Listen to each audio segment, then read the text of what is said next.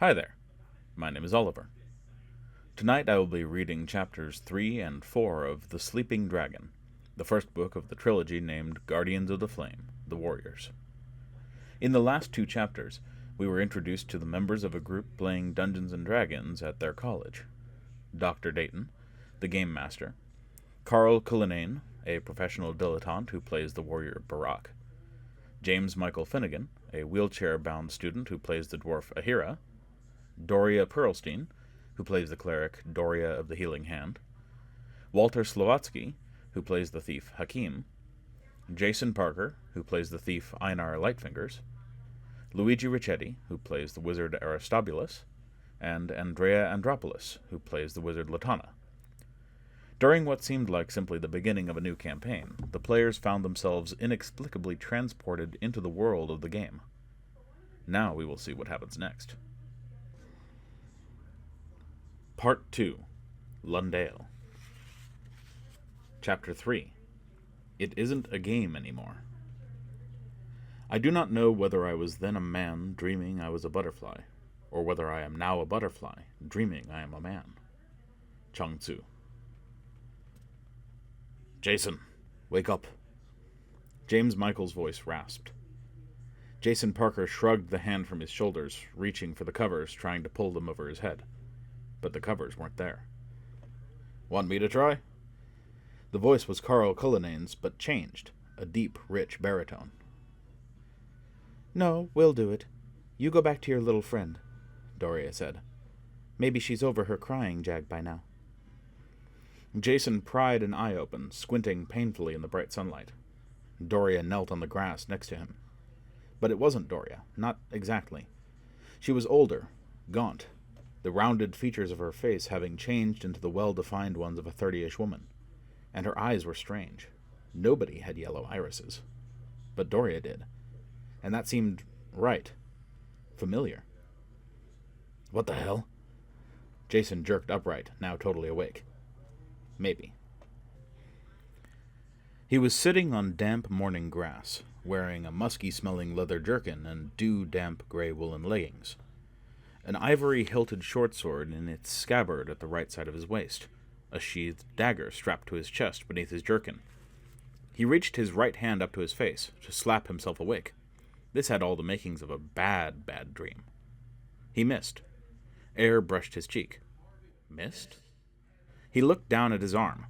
Instead of a hand on the end of his withered, age-spotted right arm, there was nothing but a naked stump, covered with brown keloid scars. My hand. The world went gray. James Michael's voice came from behind. Take it easy, Jason. Deep breaths. But you've got to get yourself together. You're next to the last. We still can't get Ricky to wake up. He kept his eyes closed. A massive hand gripped the back of his neck, pulling him forward. Reflexively, he retrieved his dagger with his left hand, thrust it over his shoulder, and found his wrist caught in a bone-crushing grip. The dagger was wrenched out of his fingers, thudding on the ground beside him. Don't try that again. You just go easy on him, Ahira. There was a strength, a confidence in Doria's voice that Jason had never heard before. It's going to be harder on him than it was on you. Gentle fingers stroked his face. We'll just have to take this one step at a time. Maybe you're right, but I don't like it. Aristobulus is still... Shh. One step at a time. Jason opened his eyes. Somehow it was fitting that James Michael was a dwarf, a broad-shouldered creature with a huge broken nose and a jutting jaw. But it was still James Michael's eyes that peered at him from beneath heavy brows. You're Ahira. That's right. The dwarf smiled, running a hand down the front of his gapped chainmail vest. We're here, on the other side. Other side? Ahira shrugged. Somehow or other. Never mind for now. But if I'm Ahira, who are you? Doria glared at the dwarf, then clasped Jason's good hand in her too. She was wearing a long, high-necked robe, belted tightly around her waist. Easy now. Don't let him rush you. Jason snatched his hand away and slapped at Doria's sleeve. It didn't even dent. It was like slapping a brick wall. It works. In the game, Doria of the Healing Hand had a robe like that, a magical one. She smiled reassuringly and waved her arm, the tightly woven cloth flapping. It's just like in the game. Feels like a cotton robe from the inside, but from the outside it's like armor. Just like in the game. Her face sobered. And all of us, we're our characters. Sort of. Which means that I'm Lightfingers. A small leather pouch dangled by a thong from her sash. He let his head loll forward as though he were fainting again, slipped his hand across her body while his head movement distracted her, and fingered open the pouch without disturbing the strap that attached it to her belt. He dipped 2 gnarled fingers in, lifted and palmed a coin, closed the pouch with a gentle tug, and tucked the coin into a pocket inside his sleeve with a practiced flip. Elapsed time less than 3 seconds. It felt natural, as though he'd done it thousands of times before. But I've never stolen anything. It's... A nice try, Jason. Ahira shook his head, but I was watching for it. Give it back. Watching for what? Doria's brow furrowed in exasperation. Now that was strange. She always deferred to the little cripple. Oh, he isn't little anymore. Or crippled. Just short. The snotty bastard must be having the time of his life. He just picked your purse. The dwarf chuckled. Give it back, now. I don't know what you're talking about. And who are you to be giving orders anyway? He braced himself on his stump and slid his feet under him. It was the practiced routine of a thief when caught. First deny, then challenge, then run. Ahira grabbed his sleeve and shook the coin out. Picking it up, he handed it to Doria. Don't worry, I'm not going to give him a hard time. This once. He turned back to Jason. But we're in enough trouble as it is. I don't want you adding to it. Understood, Lightfingers? My name is Jason. But the name felt strange in his mouth. And I want to go home. The dwarf helped him to his feet. Standing, Ahira's head barely came up to his chest. Ahira picked up his battle axe from the damp grass and tapped a well-chewed thumbnail against the blade. 2 things. In answer to your question, this says that I'm in charge here. Back home, the group chose me as team leader. That's the way it is, that's the way it's going to be. And second, we are going home. Ahira opened his mouth, shut it. He shook his head. Just take it easy for a while. Get your bearings. Doria, let's go see to the wizard. Carl Cullinane had often thought of holding Andy in his arms, but nowhere in his imaginings had she been crying. Everything will be fine. He patted her clumsily on the back. But these weren't his arms. This wasn't his body. Not quite. Carl was of average height and skinny. Was. Now he towered over her as he held her, careful not to squeeze her tightly. Somehow he knew that his grip could break a strong man's back. After a while her weeping died down. He let her go, then took a loose sleeve of her gray robe and wiped at her eyes. Feeling better? No, I'm scared. What happened? She rubbed at her temples. I feel so strange. How do I know that I could turn invisible, or make you fall asleep, or charm? It's like there's something in my head trying to get out. Her mouth started to move. He clapped a hand over it. Don't. Just listen to me, but don't say anything. Her eyes grew wide. She brought up her hands, vaguely pulling at his arm. No. Nod if you understand me, and I'll take my hand away. Her head moved. He let his hand drop. Don't do that again, she said, planting a palm against his chest, shoving. He could have laughed, almost, but he took a step back. Okay, but be careful what you say. You've got 3 spells in your head, and they're trying to get out. How do you know? He shrugged. I don't know, but I do. It's like I've got 2 minds. One is Barak. The other is me. That a wizard had to constantly rein in spells was something Barak would know. It had to be. Carl hadn't known it. It wasn't part of the game. He stooped slowly and lifted his scabbarded sword from the grass. Barak knows how to use this, not me. The sword was long, almost 3/5 his height. Without drawing it from his scabbard, he knew that it was single-edged like a Japanese katana, but straight, not curved. Primarily a slashing weapon, it could still be used to thrust. And why not to strap it to anything? It'd take too long to draw it. He gripped the cord-wound handle with his left hand, almost at the pommel. To draw the sword, he would slip the scabbard away, add his right hand in its place on the grip, and strike. That was one of the rules. Get your sword into play, and worry about picking up the scabbard later. It was important to keep the blade clean and dry. An image of his hands, cleaning the blade with a dead enemy's hair, welled up, unbidden. But what happened? She gestured at her robes, at him, at the boxes on the hillside. We're in the place that Dr. Dayton described. Look! He looked to the east. The early morning sun sat over the far walls of the city below. Carl raised his hand to his forehead to shield his eyes. The walls were solid and wide. A few bowmen stood on the pathways girdling them. People and horses drawing two-wheeled carts swarmed in and out of the gate. To the north, a vast expanse of dark water spread across the horizon, waves rippling in towards a rocky shore. Off in the distance, a broad-beamed schooner glided slowly in towards the docks. But there was more than Dayton had described. He hadn't mentioned the fishing village to the north, and Carl hadn't visualized it. How did he know that it was a fishing village? It was too complicated, too strange. He shook his head. You're right. I don't know how, but somehow we're here. He stretched his arms, letting his shoulders strain against the seams of his leather jerkin, and drew in a deep breath. It was clean air, fresh and sweet, with a tang of ozone. This world had never known the stink of the internal combustion engine. But doesn't it feel fine? For you. She was nearing tears again. But how do I get home? I don't know. And I didn't mean it that way. Not that I wanted to stay here forever. It was one thing to play at being a warrior, but a fuzzy memory of his sword opening someone's belly like an overripe fruit, that didn't feel right. Not to Carl Cullinane. But I'm not just Carl. Not anymore. There's a lot of Barak in me now.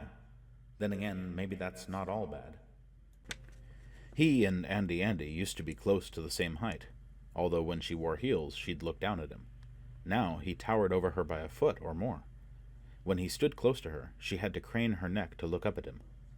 She wasn't changed, though, at least on the outside, except for the loose robes that had replaced her jeans and shirt.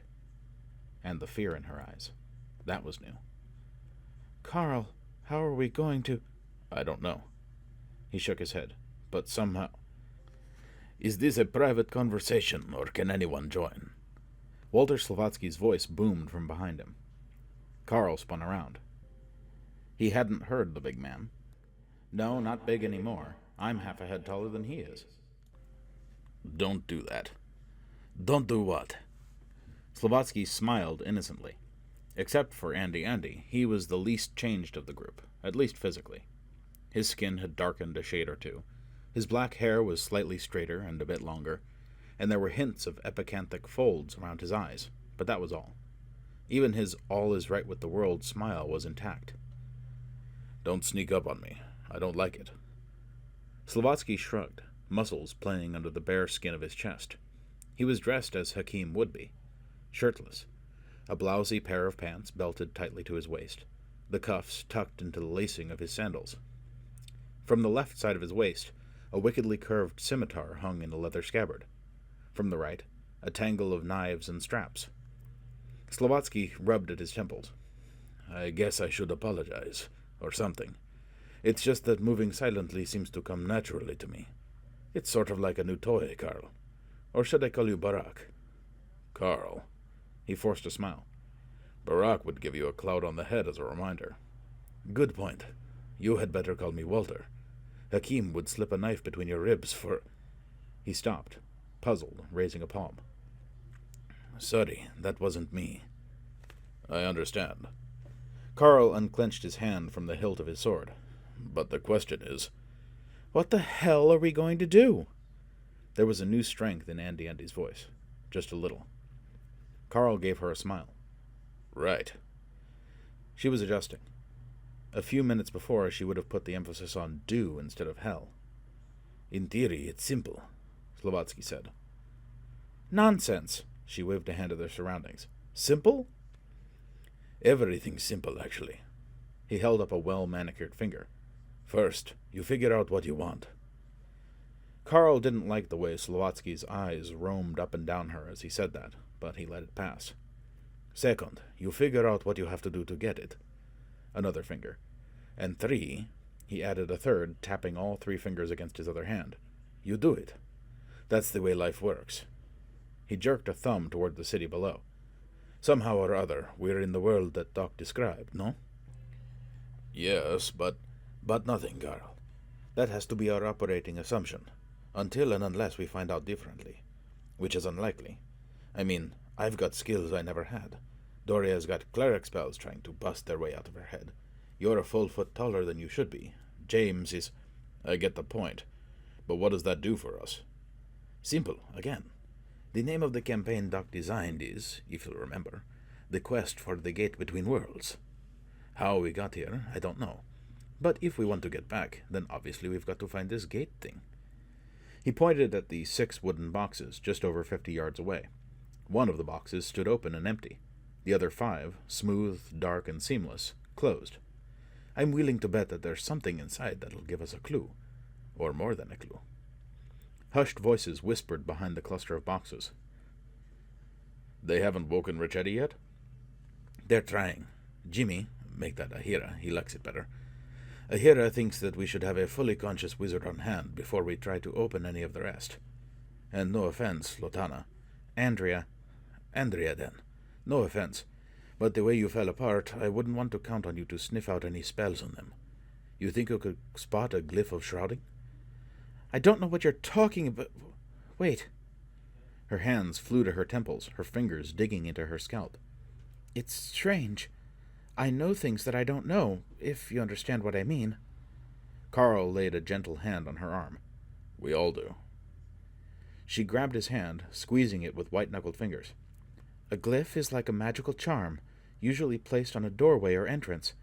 It can hurt anybody trying to get past it, unless it's tuned to leave them alone, or unless they try to break its spell, she said, her voice calm and businesslike. Like the ones on the city. She jerked her hand toward the walled city below. Right? What ones? Carl and Walter said in unison. She chuckled. Come on, don't play games with me. I don't need that. Carl sighed and looked back toward the city. Just a walled city, no writing on it. You see anything, Walter? No. Slavatsky raised an eyebrow. And that was a part of the game I always had trouble swallowing. Carl nodded. Me too. He shrugged. Well, another. If you don't mind, I'd like to know what you're talking about. Please? We can't see magical writing, he said. To Walter and me, that's just a wall. Don't be silly, it's plain as... She turned back. Really? Really. As Dayton said, unless you've got the genes for wizardry, all magical writing is totally transparent to you. What does it say? I can see it, not read it. Besides, it isn't something that can be pronounced, but it would fry Aristobulus or me to a crisp if we got inside the city. She wrinkled her forehead. Wait a minute, how did I... Comes with the territory, Slavatsky said. Looks like wizards aren't too popular there. Probably cost the locals quite a bit to hire one to do the work. He smiled. But it looks like there's a pony in the bottom of this shit bucket. Want to check out the boxes for glyphs? Carl frowned. I thought you said Ahira wanted to wait. I'll check it out with him first, but... He clapped a hand to Andy's shoulder. It looks like you've got what it takes. Carl suppressed an urge to knock Slavatsky's hand away from her. Why don't you go clear it with him, then? Which was something else I wanted to talk to you about. You got any objection to him being in charge? Somebody's got to do it. Slavatsky's face was studiously blank. Carl thought about it for a moment. In the game, he'd always enjoyed his occasional chances to be the team leader. But this is for real. I may be good at the game, but this is for real. No objections. As long as there are no PMDs or anything like that. PMD? Andrea asked. What's that? Slavatsky grinned broadly. It stands for Polish Mine Detector. He covered his ears with both hands and mimed stomping fearfully on the ground. Boom. Seriously, it's a technique for checking for traps. You send the lowest class character on ahead. If there's no trap, there's no harm. And if there is, then you bring the player back into the game with a new character. It's kind of hard on the old character, but... She looked up at him. You mean that it kills him, or her? Right, but we won't have any of that, Carl said. Not as long as I'm around. I can speak for myself, Carl. She scowled at both of them. And I'm not going to let myself be a guinea pig. Understood, Andrea. Slavatsky nodded and walked away. Carl, he seems so sure of himself. That's Walter. Possibly Hakim, too. Which was one of the things he'd always envied about Slavatsky. Always so sure of himself, no matter what, and so comfortable around women. Carl shook his head. Even around Andy he felt awkward, gawky, and she was a friend. What are you thinking? He returned her smile with interest. Nothing much. This was ridiculous. Here he was, God knew where, more scared than he cared to admit, even to himself, and thinking about how good it had felt to hold her. And you wouldn't believe it anyway. Bets? Well, what's the diagnosis? Ahira asked. I think he's in shock. Kneeling over the limp form of Aristobulus, Doria looked up at him. Shallow breathing, thready pulse. Her fingers dipped into the wizard's short gray hair. And I think he might have hit his head on one of the boxes. There's a bit of a lump here. She bent over, examining his head more closely. Although the skin isn't broken. Do you think there might be a blanket or two in one of these boxes? We should keep him warm. No. What do you mean, no? He could die. Ahira repressed a smile. She wouldn't have understood, but that felt good. Doria would never have contradicted James Michael Finnegan, would never, ever have argued with a little cripple. But I'm not a cripple anymore. He bounced on the balls of his feet, reveling in how good, how natural it felt. I'm Ahira Bandylegs, and I'm strong. Better than normal. No, he won't die. Try your healing spell, the one for minor wounds. I think this should count as a minor wound. But, James... But nothing. You're a cleric, a healer. You've been complaining about spells buzzing around your head. Here's your chance to get rid of one. You'll have to pray for it to get it back, but we'll have plenty of time for that later. Her face paled. I don't know if... I trust you, Doria of the Healing Hand, and so would Aristobulus. Do it, now. She nodded a reluctant agreement, and planted spread-fingered hands on the old man's chest. The polish was gone from her nails, just as the fear of him was gone from her manner. Perhaps, somewhere inside, Doria Pearlstein was confused, frightened, but not the cleric. Easy, he whispered. It's going to be easy. You've done this 1,000 times. Slowly, her eyes sagged shut, as her weight bore down on her arms, on Aristobulus's chest.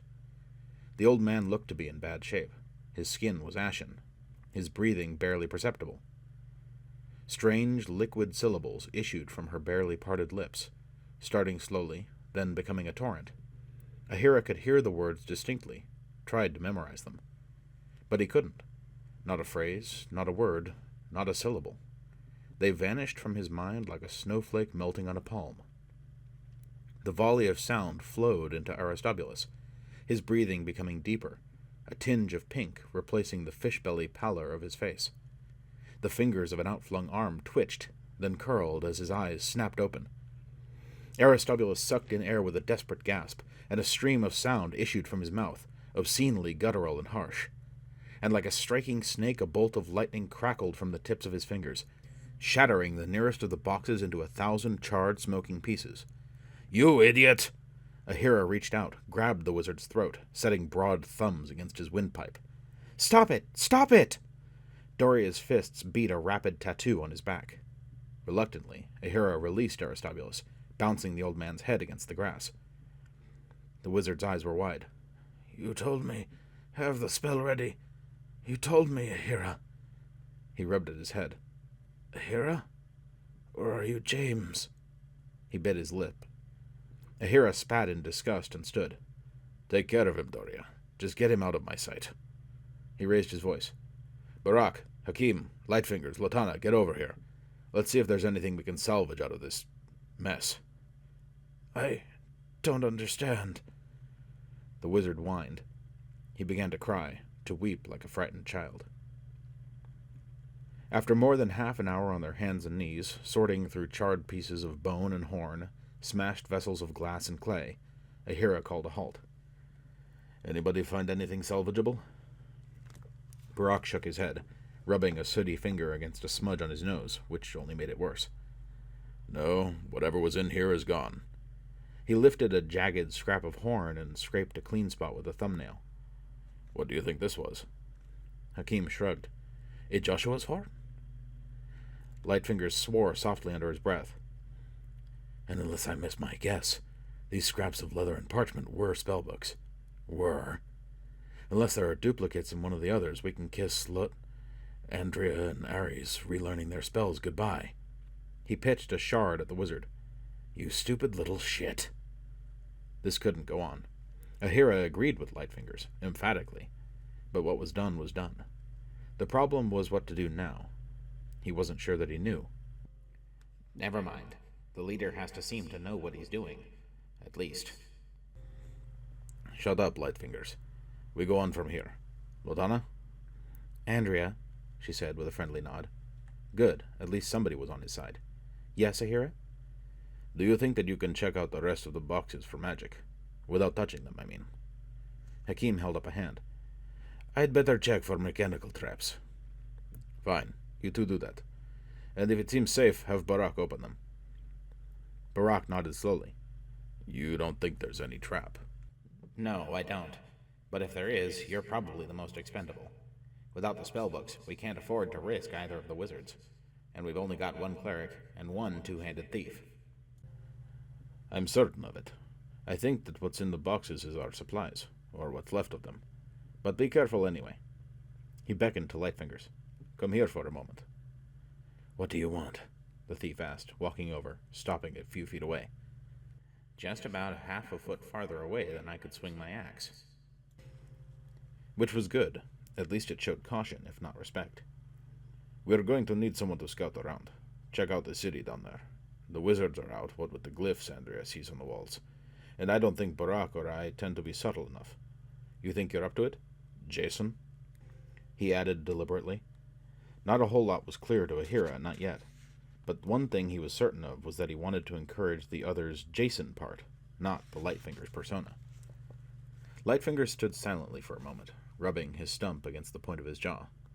Yes. He stopped himself mid-nod. You do want me to pick up more than information, of course. No. Just find out whatever you can. We're going to have to find this gate thing, whatever and wherever it is, which means, among other things, that we'll have to find out where we are. And, Jason, you're too valuable to lose. Don't pick any pockets. Don't try any swindles. We've got quite a few coins in our pouches. We need information a lot more than money. Yes? Lightfingers tilted his head to one side. And how much is one gold piece worth here?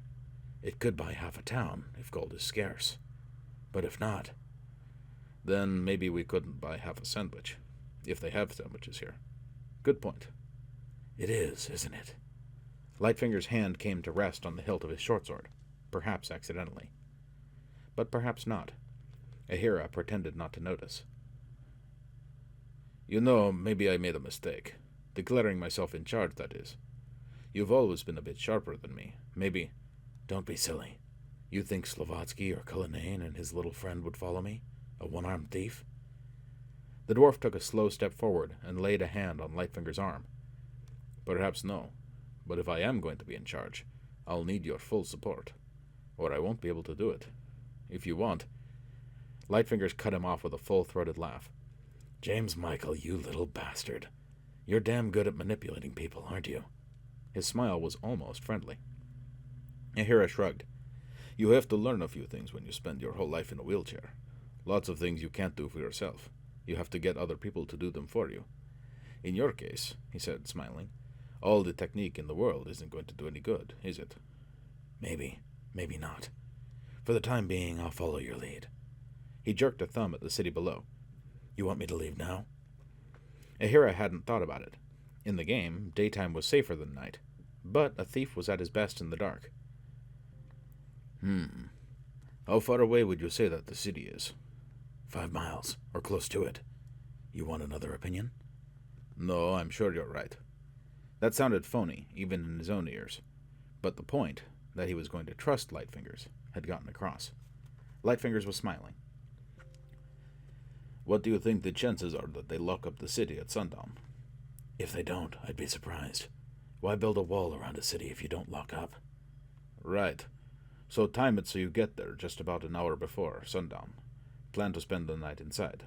Find out whatever you can, then get back up here, first thing in the morning. Understood? Fine. The thief nodded. Which means, figure it'll take 2 hours to get down there.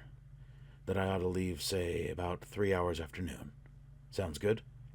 Noon was still a while off. The sun was about a 45-degree angle. Right. So get Hakim. We'll see if there are any blankets in those boxes. You two duck into the woods and get some sleep. It would be best for them to stay awake all night. In pre-industrial cities, the night was a time of danger, when the only safe place to sleep would be behind locked, barred doors. Hakim? Lightfingers glared down at him. What do you mean? He's going along. I may have to trust you a bit, Jason, but I'm not going to go overboard about it. 2 is better than 1. Besides, I want you to keep an eye on him. A snicker. Don't play games with me. It's me that... Ahira, Lightfingers, we found something. Andrea jumped up from in front of a now open box, waving a sheaf of paper. It's a letter from Dr. Dayton. Chapter 4. It should be relatively easy. There is no one who can return from there, to describe their nature, to describe their dissolution, that he may still our desires, until we reach the place where they have gone. The Song of the Harper, stanza 5. Jason threw up his arms in disgust. I can't read that. What the hell language is it in? It was frustrating. The letters on the page looked familiar, but strange. Clearly they formed words, but not for him. Andrea's brow wrinkled. It's easy, listen. Tikrakamalo, if dresset quirto blosriet as. Dear friends, please accept my sincere apologies. She raised her head. Can't any of you read? Barak tugged at his beard. No. He shook his head sadly. I can understand it, but I'm not literate. Not in Arendra. Arendra. Eren meant man, or human. Dra was a shortened form of Draven, mouth. Man-mouth, a language for humans. But how did he know that? No, Jason didn't know that. Lightfingers did. And that's who I am. Ahira shrugged. That makes sense, actually. Aristobulus, Doria, take a look. Bet you can read it. They could. It's easy, Doria said. But you can't? No. Hakim, Barak, Ahira, and Lightfingers couldn't. Damn. Lightfingers rubbed his fingertips against his stump. It did make sense, of a sort. They all had the abilities of their characters, plus their memories of the other side, but no more than that. Barak, Lightfingers, Hakim, and Ahira weren't literate in the game. Warriors and thieves didn't need to be. On the other hand, clerics and wizards had to be able to read. He licked the tip of his index finger and wrote his other name in the dust on top of an unopened box. Jason. He could read that, at least. Thank God. Right. Ahira looked down at the letters, just a few inches below his eyes. We haven't lost anything, but... He smiled. Alu na atega nit dam etka pi ugly. We haven't gained too damn much either. Interesting. Damn was the same word in both languages, and that suggested a possibility. He looked at the others. Barak was the most bothered by it. The big man sat on the ground, his face buried in his hands. Or was it Barak that was bothered? Quite probably, illiteracy was more distressing to Carl. Hakim stood easily, confidently. Well, which one of you magical folks is going to give me reading lessons? Damned if I'm not going to be able to read. That's the spirit. Ahira clapped him on the back. But maybe we're not going to have to hang around here long enough for that to be a problem. Andrea, how about reading the letter? Out loud, for the sake of us, he smiled, disabled types. Barak shook his head. Why the hell didn't he just write it in English? Andrea, sitting with the letter in her lap, smiled reassuringly at him. He did, I think, but the letter translated across, just as our bodies did. Either that or he was trying to show off. Ari? The old man twined his fingers in his gray beard. I don't know. It could work either way. He closed his eyes. Which depends on the complexity of the spell he used, and that depends on how magic works there. He opened his eyes and shrugged. Which is something I can only guess at. Let me see the letter. He held out a hand. No. It was bad enough that he'd been robbed of his literacy, at least for all practical purposes. But Jason didn't want to become some sort of second-class citizen. No, you read it, out loud. Give all of us a chance to understand it at the same time. Ahira nodded. Go ahead. She began, reading in Narendra, pausing only occasionally for breath. Dear friends, please accept my sincere apologies for not warning you about what was to happen. I am sorry for any distress you suffered, but I really had no choice. Had I warned you, you never would have believed me. As I am sure you have gathered by now, you are in the world on which I modeled the little games we played together. Except they weren't just games. I am not going to bore you with a long rendition of the difficulties this caused me as a child, but I have always had an ability to see into another world. This world that you are now in, since you are reading this. Quite clearly, I am not the only one who has ever had these visions, although I flatter myself by feeling that no one has ever had them so clearly. Not that it is ever terribly clear. The different time rates of our two worlds have always made events on the other side, your side, seem to happen so quickly that they are difficult to follow, even when my fleeting visions are so powerful that they overwhelm my senses. My friends, I hunger for this world. Given the chance here, I know that I would be the most powerful wizard that this world has ever known. Were I able to transfer myself, as I did you, I would have. But I can't. Magic works differently in the two worlds. In ours, it is an erratic force. As I write this, I have been trying to transfer material objects for 20 years, succeeding only slightly better than 1% of the time. And always the objects change. Only recently have I been able to control that change. People, or any sentient creatures, are a different matter. There is a force in our world, called the collective unconscious, which inhibits the transfer of such. To put it simply, all of you belonged in our world, and there was nothing that I could do to transfer you as long as that obtained. But there is ample evidence of individuals who have been liberated from the collective unconscious, and, given the proper set of conditions, have popped from one world to the other. Benjamin Bathurst and Ambrose Bierce are the two best-known examples. No doubt there have been others. As I write this, I don't know if I will be able to duplicate those conditions with any success. I do know that I can't do it for myself. A corollary of self-referential theory may, indeed, make that an impossibility for one confined to our world. But as you read this, you know that I have been able to duplicate those conditions for you, with the aid of much preparation and your participation in our game. I don't know who you are, as I write this. I have been trying different combinations of enchantments and individuals for a number of years, setting up caches of supplies at many different sites. The sites have been, as I'm sure you have gathered by now, always the places where our campaigns have started. I would be very surprised if you all are not angry with me right now, but please try to understand. With what I know from my sight, I could be the greatest wizard, the most powerful user of magic that this world has ever known. Instead, I find myself in the grips of academia, this world hovering in front of me like a ripe fruit. But there is a way across. In this universe, there is a device called a gate between worlds, that can open up a pathway between our universes. I ask that you go to the gate and bring me through. And in return, I promise to gratify your every wish. To make this possible, along with the various supplies you will find in the other boxes, there is one box which I am certain you will regard as a treasure chest. Its contents are the result of years and years of research and experimentation. You will find a horn, a lengthy book of spells, 10 cloaks of transposition. But I don't need to go on. The contents are self-explanatory. Use and enjoy them. These devices, together with the map of this world, will enable you to get from where you are to where the gate is, and help you subdue the gate's guardian, so that you can bring me through with ease. As for the rest of the supplies, they should prevent your having to buy anything locally. Please distribute the brandy among yourselves as a treat from me, an impartial apology for the discomfort I have caused you. When you bring me through, you will receive the rest of my apology.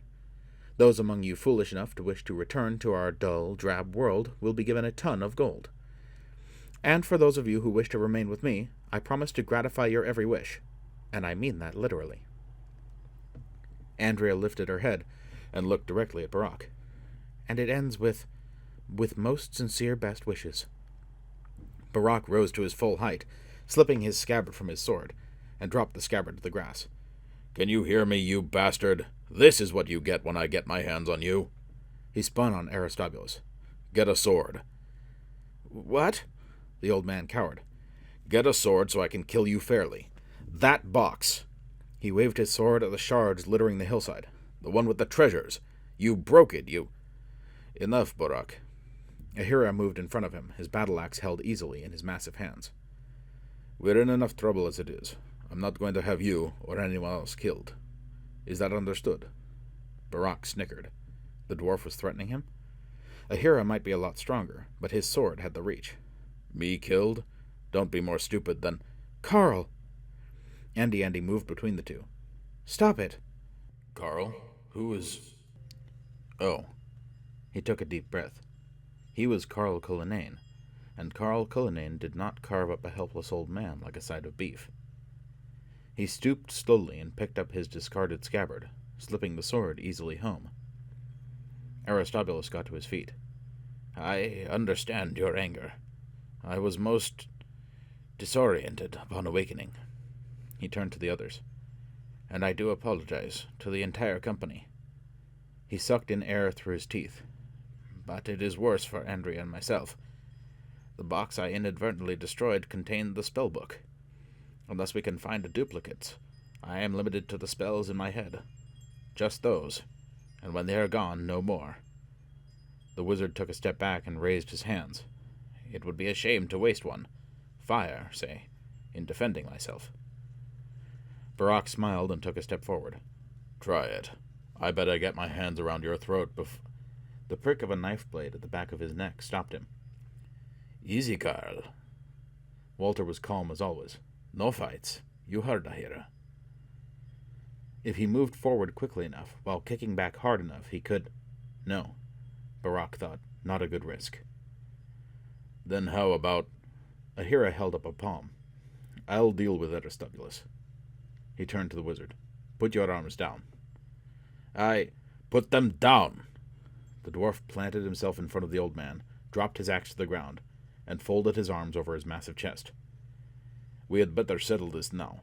Are you willing to take orders like everyone else, or do you want to strike out on your own? Aristobulus sneered. That's an empty threat. You don't dare abandon me. He waved a hand at Andy. And leave her as your only wizard? Ahira turned his back on him. Then get going. Hakim, put the knife away. Borak, you agree that I'm in charge? He rubbed at the spot where the knife point had been, surprised to find no blood on his finger. For now. Was the dwarf really going to just get rid of Aristobulus? With the loss of the treasure box, that would make things more than difficult. But he was right. They were in enough trouble. There just wasn't room for internal dissension. As long as you think you can get us home, Ahira. The dwarf nodded. I don't just think it, I swear it. He turned back to the wizard and did a double take, as though he were surprised to see Aristobulus still there. I thought I told you to get going. Now, wait a minute, you... No. You're either one of us or you're not. You decided not, so leave. But how can how do you expect me to... Frankly, I expect you to die. A wizard without spellbooks, alone? You don't have a chance. You needed us more than we needed you. Ahira planted a hand against Aristobulus's chest and pushed him sprawling. He turned to Carl. If he's not gone in 2 minutes, you get a chance to see whether you can work that sword faster than he can work his mouth. The dwarf closed one eye in a broad wink. Good for you. I just hope that this works. Understood. He took a step toward the fallen wizard. Wait! The fear in Aristobulus's voice matched the ashen pallor of his face. I agree. You're in charge. Carl didn't look at Ahira as he advanced on the wizard. You want to give him another chance? Yes. The dwarf walked away. Help him up. Carl smiled at Ahira's back. I'm not sure I like you, but I'm sure as hell not going to cross you. He looked from Doria to Lightfingers to Walter, then let his eyes rest on Andy's. They had all gotten the point, too. But you'd better make it work. You damn well better. Ahira had been off by himself for a while, sitting on a fallen tree and staring at an anthill, when Doria walked over. James, mind if I join you? Sit. He kicked a heel against the rough bark, feeling it crunch satisfactorily.